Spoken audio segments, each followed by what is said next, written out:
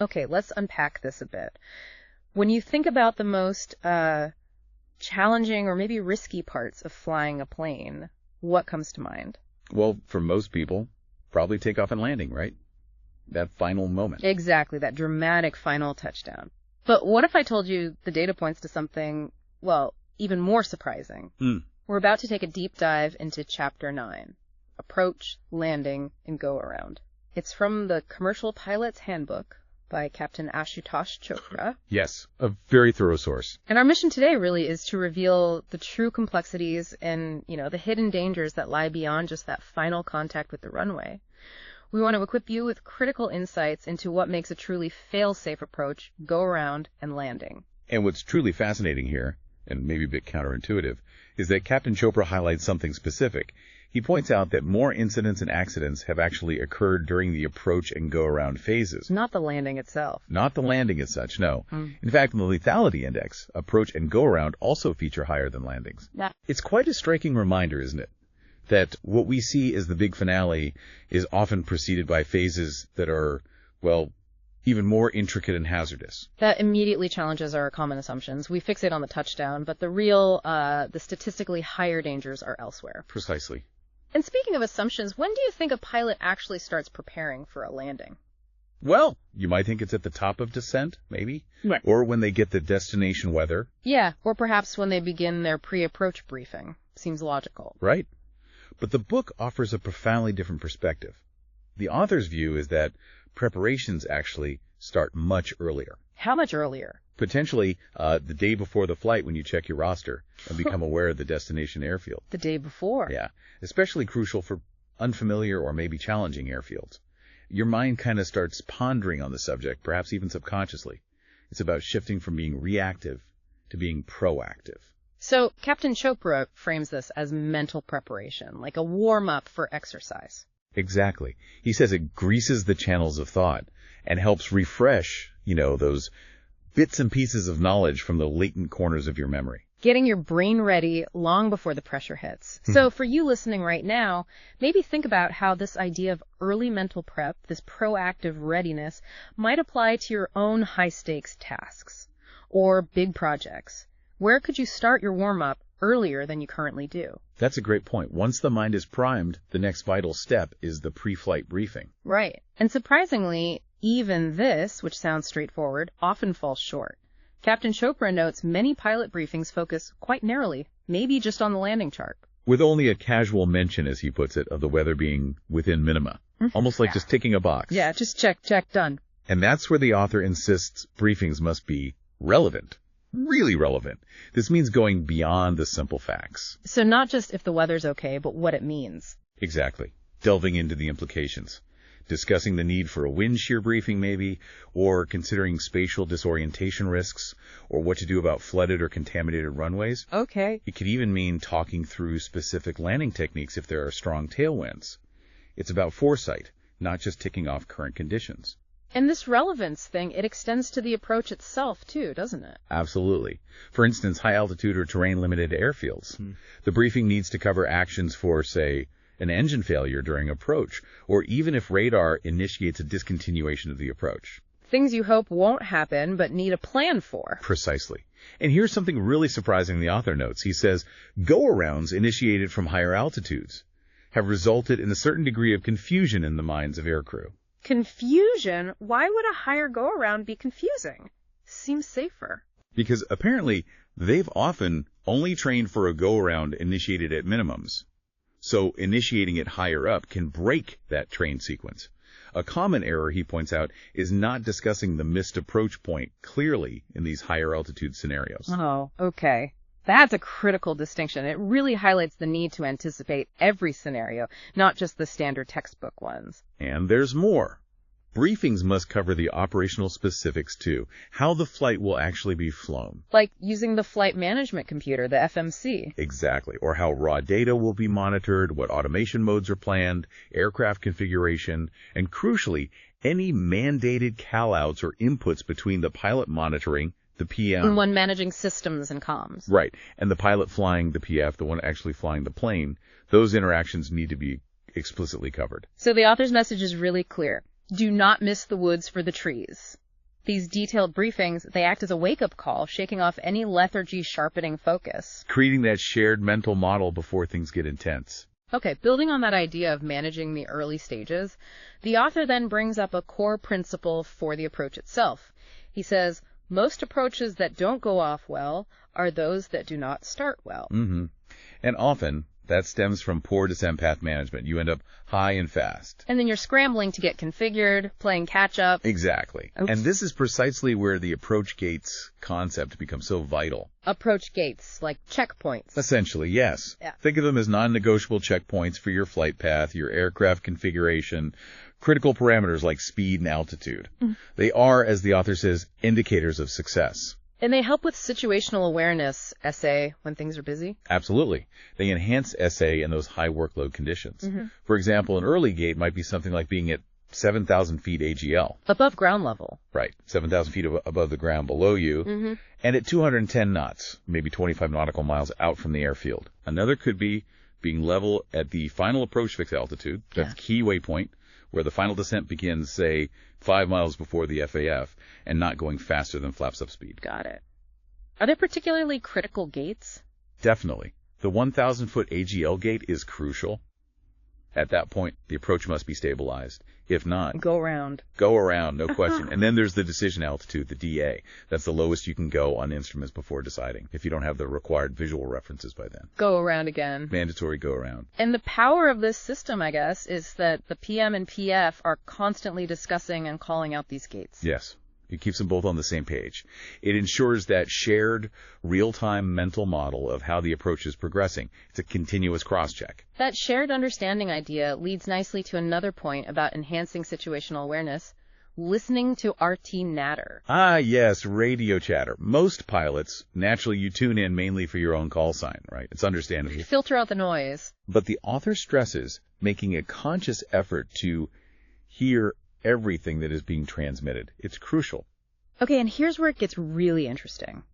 How does deliberately tuning in all that chatter actually give you a tactical edge? What can you pick up? Well, it's almost like having a crystal ball for the immediate airspace. Yeah. By listening to other aircraft, you can anticipate potential issues. Like what? Like maybe holds building up ahead or diversions happening because of bad weather impacting other flights. This lets you make better, earlier decisions for your flight. Ah, I see. Proactive again. Exactly. You might become aware you're trailing a much heavier aircraft, which needs different spacing. Or you might hear another pilot report unexpected turbulence or specific runway conditions ahead of you. So you're building a much bigger picture. You're building a mental picture, gleaning context from everything happening around you, not just the instructions directed specifically at you. That's fascinating. It's not just hearing, it's inferring. Now let's pivot to the go-around itself. Earlier, we heard that really surprising statistic. A large number of accidents and incidents, including loss of control, occurred during a go-around. This clearly isn't a simple maneuver and maybe something pilots can be reluctant to do. That's often the perception. But the author makes a really profound statement here. He says, a superior pilot uses his superior judgment to avoid situations that would require his superior skills. Okay, so the go-around is actually a sign of superior judgment. Precisely. It means never attempting to land off a poorly executed or destabilized approach. The go-around is the demonstration of that judgment. And the good news for pilots, hopefully, is that no one will penalize you for a go-around, but you will be held responsible for a messed-up landing. That's a powerful message. It is. But realistically, given the pressures pilots face schedules, passengers, is it always easy to follow that incentive? Are there sometimes cultural pressures against going around? That's a very fair question. While the official safety line is clear, yes, there can be subtle pressures.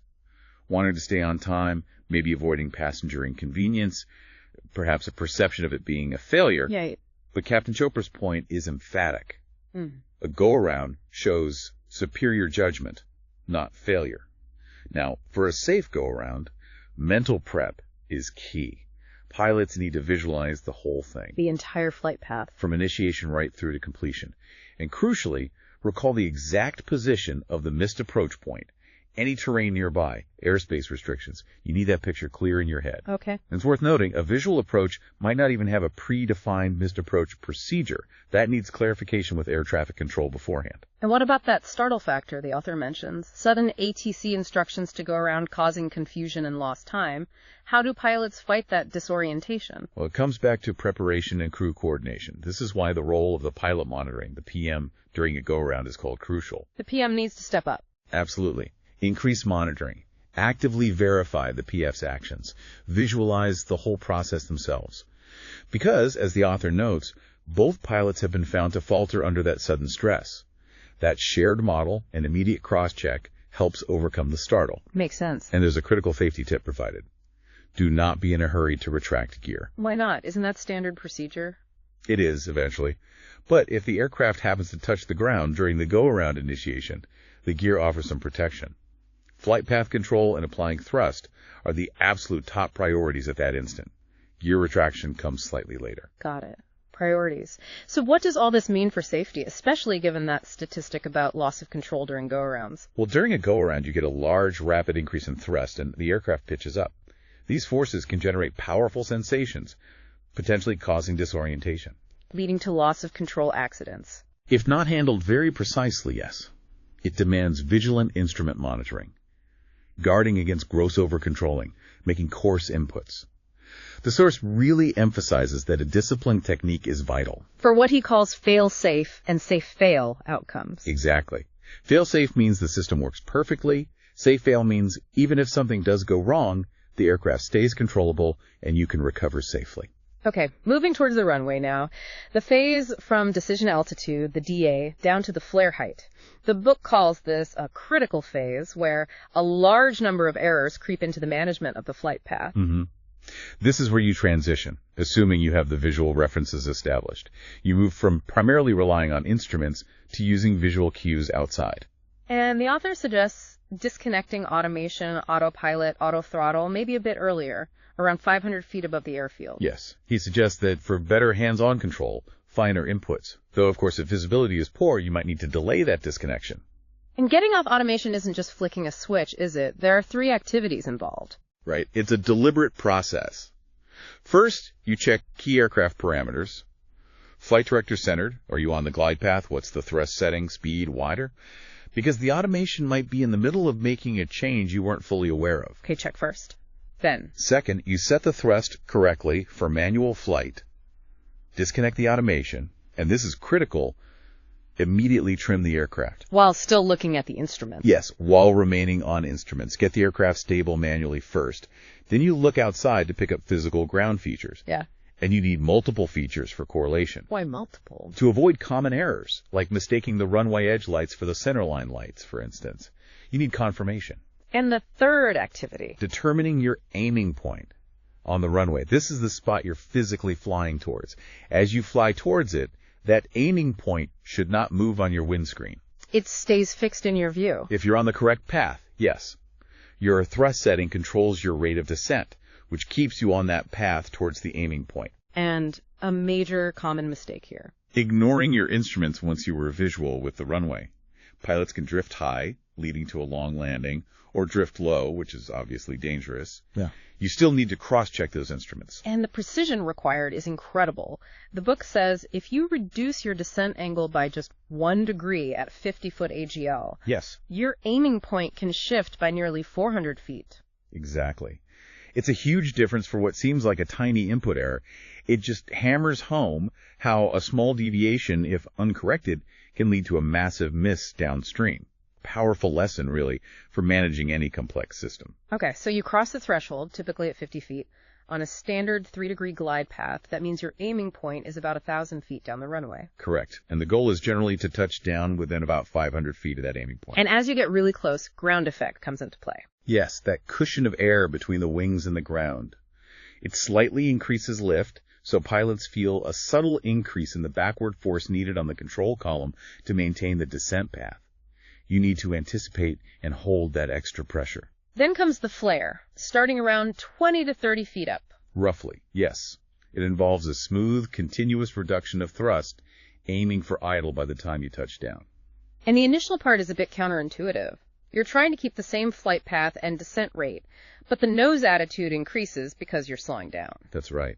And it highlights why it's important not to delay reducing the thrust.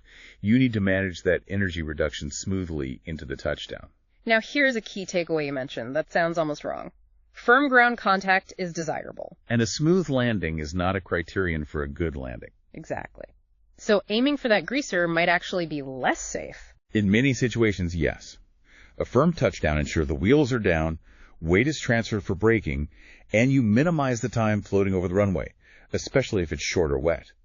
The touchdown speed should be right around the reference landing speed, or no less than ref minus 5 knots to avoid scraping the tail. Okay, so wheels down firmly, but the landing isn't over yet. The focus shifts immediately. Absolutely. The book stresses that a good landing is really more related to developing a good technique, right from the start of preparations. It's a whole process, not just the touchdown moment. The rollout is critical. So how do you maximize braking? Get the nose gear down quickly, deploy speed brakes promptly. These actions dramatically increase the aircraft weight on wheels, up to nearly 85%, and they increase drag by about 130%. Both are crucial for effective braking. And the first thought, right at touchdown. Should be. To realize where you have touched down on the runway. Basically, become instantly aware of how much runway you still have left in front of you, and scan the runway condition. Is it wet, dry, contaminated? Assess your stopping distance immediately. Got it. Because the author points out, landing long and lack of awareness of the runway contamination have traditionally been the greatest causal factors in runway excursions. Going off the runway. Exactly. And delaying deceleration is a major factor. He quotes the B737 training manual, saying even a short delay in manual braking can add approximately 1,000 feet extra to the landing distance. 1,000 feet. Just for a slight delay. Every second counts. Absolutely. What about thrust reversers? How much do they help? They have a substantial effect, particularly at high speeds. They're especially useful on slippery runways, not just for slowing down, but also for keeping brake temperatures lower. Okay. And interestingly, they actually help destroy the water layer on a wet runway, which improves tire grip for the brakes and reduces the risk of aquaplaning. So they do more than just push air forward. Much more. Now, if you have auto brakes, they provide hands-free deceleration, which is great, but you still need to monitor them constantly. Using the speed trend vector on the primary flight display, the PFD, it doesn't just show your current speed, it shows where your speed is heading in the next few seconds. Like a prediction. Sort of, yeah. The author shared a personal story about landing on a wet runway, seeing that vector wasn't showing enough deceleration, and immediately applying maximum manual braking. It's a critical real-time indicator. And then there's keeping it straight, directional control. What causes problems there? Several things. Poor alignment on the final approach is one. Pilot perception errors, like the pilot in the left seat feeling they're on the center line when they're actually a bit left. Parallax. Could be. Also, inexperienced pilots sometimes neglect the center line during the flare, and then you add crosswinds, maybe combined with asymmetric reverse thrust on a slippery runway. It gets complex fast. Which brings us neatly to avoiding runway excursions. These often result from risks piling up, right? Yes. Captain Chopra talks about two types of factors. First, latent conditions.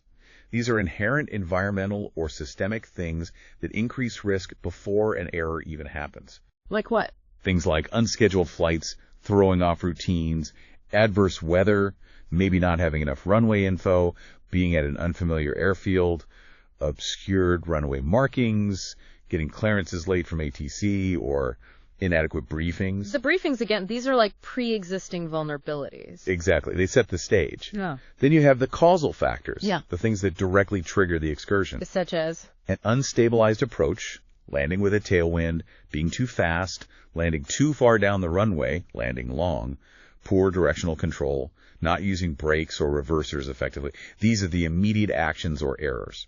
And this links to the Swiss cheese model. Precisely. The idea is you have layers of safety, slices of cheese. Single errors, holes, might get caught by another layer, but when multiple errors take place together, when those holes align, The problem goes right through. they can all rapidly add up and result in a runway excursion, which is beyond the control of the pilot after a certain stage. And out of all those latent conditions, the book says inadequate briefings stand out.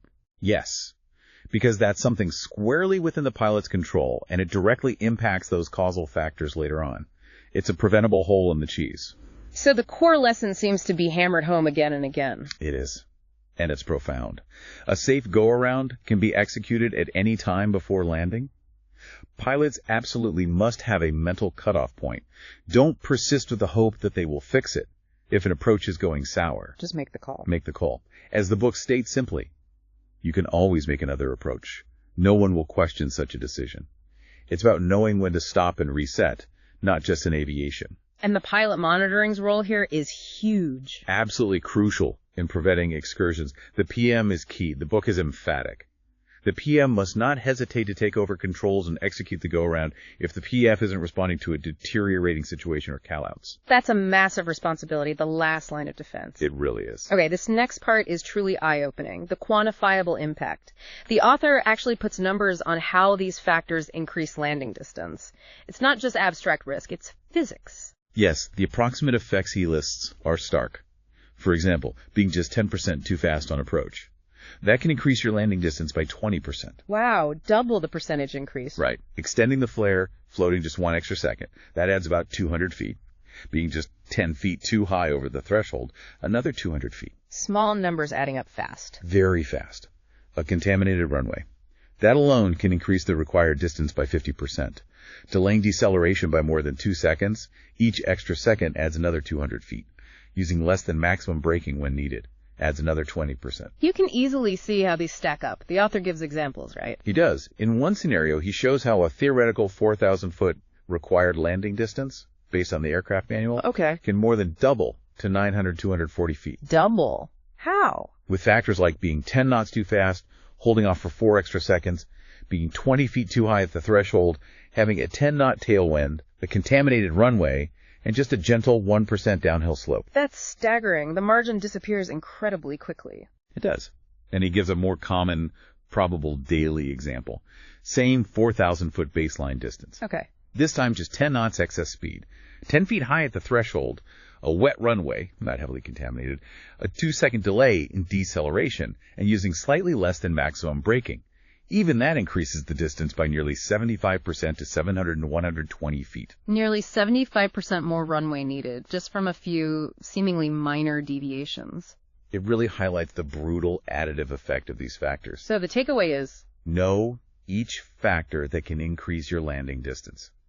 Be aware of them adding up during the approach and rollout. And crucially, if you note the factors adding up, go around well in time. Don't wait. What a fascinating deep dive into something many of us probably just assume is routine. A safe landing clearly isn't just about that moment the wheels touch down. Not at all. It's the culmination of rigorous mental prep, those precise briefings, constant monitoring, and importantly, that decisive judgment to go around when needed. That's the mark of a truly superior pilot, as the author says. It's about building good habits, understanding how small things compound. Which really raises an important question, doesn't it? For you listening, what stands out to you from all this? Yeah. How might these principles, meticulous preparation, clear communication, understanding those compounding risks, and, critically, the wisdom to go around or pivot when things aren't optimal, apply in your own world, your complex tasks, projects, big decisions? It's applicable far beyond the cockpit, surely. Absolutely. So here's a final thought to mull over, building on the source. If a seemingly tiny error, like that single-degree deviation in descent we talked about, can shift a physical aiming point by hundreds of feet, what are the small errors or maybe the unaddressed latent conditions in your own life or work? The things that, if they start compounding, could lead to unexpected, undesirable outcomes. Sobering thought. It is. Ultimately, the deep dive is about empowering you, giving you the insights to achieve happy landings, whatever that means in your context, in every sense of the word.